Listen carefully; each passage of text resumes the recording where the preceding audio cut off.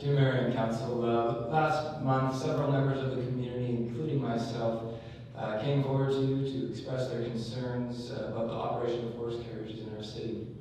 Their concerns stem from documented evidence brought forward by the Victoria Horse Alliance regarding the improper care and maintenance of horses' feet, a long list of safety concerns, among other issues. In response, while some members of Council have given attention to the issue and recognize the ongoing nature of these concerns, others have dismissed them before even being presented with all the information. Furthermore, the official position of the city in what I would call a gross misuse of power sent out a form letter in response to concerned citizens who had written the city claiming, "We have not received any complaints or witnessed any behaviors that could lead to revoking business license for either of the tour operators in Victoria in the past 5 years." This runs contrary to the fact that evidence worth being concerned about has been provided to the city. In this official statement from the Engagement and Strategic Planning Department, the City of Victoria has publicly stated that they have essentially not received anything to be concerned about. This message is a severe dereliction of the city's duty to take this matter seriously and not allow those who are friendly with and supportive of the industry to, in question, direct the dialogue and engagement with the issue from a biased perspective from their position of power. It is also a disservice to concerned public.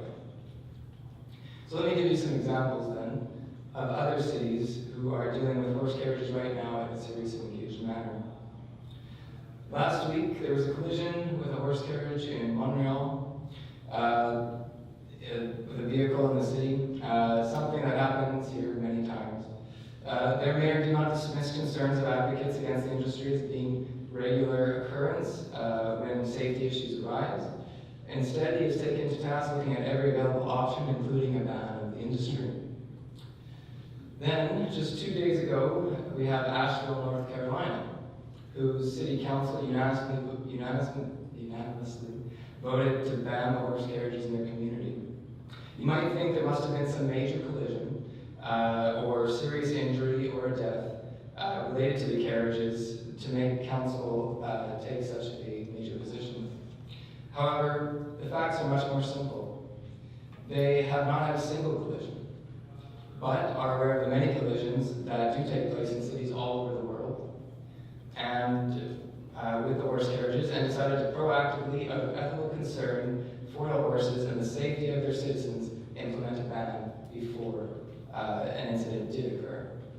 Just as Victoria Horse Alliance has proposed to Victoria City Council, they will be phasing out the industry over the next 2 years. A counterexample to responsible politics is in New York, where the battle continues amid evidence being released that carriage drivers beat and choke horses to train them. A horse died last year from a broken leg. Inhumane living conditions of the horses have been documented.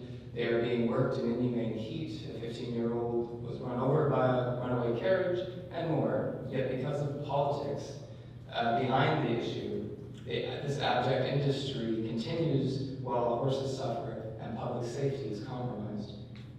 So you see, what myself and others have proposed to you is not so radical, as it has been framed by those with an interest in keeping the industry going until the public can no longer stomach the consequences of such a decision.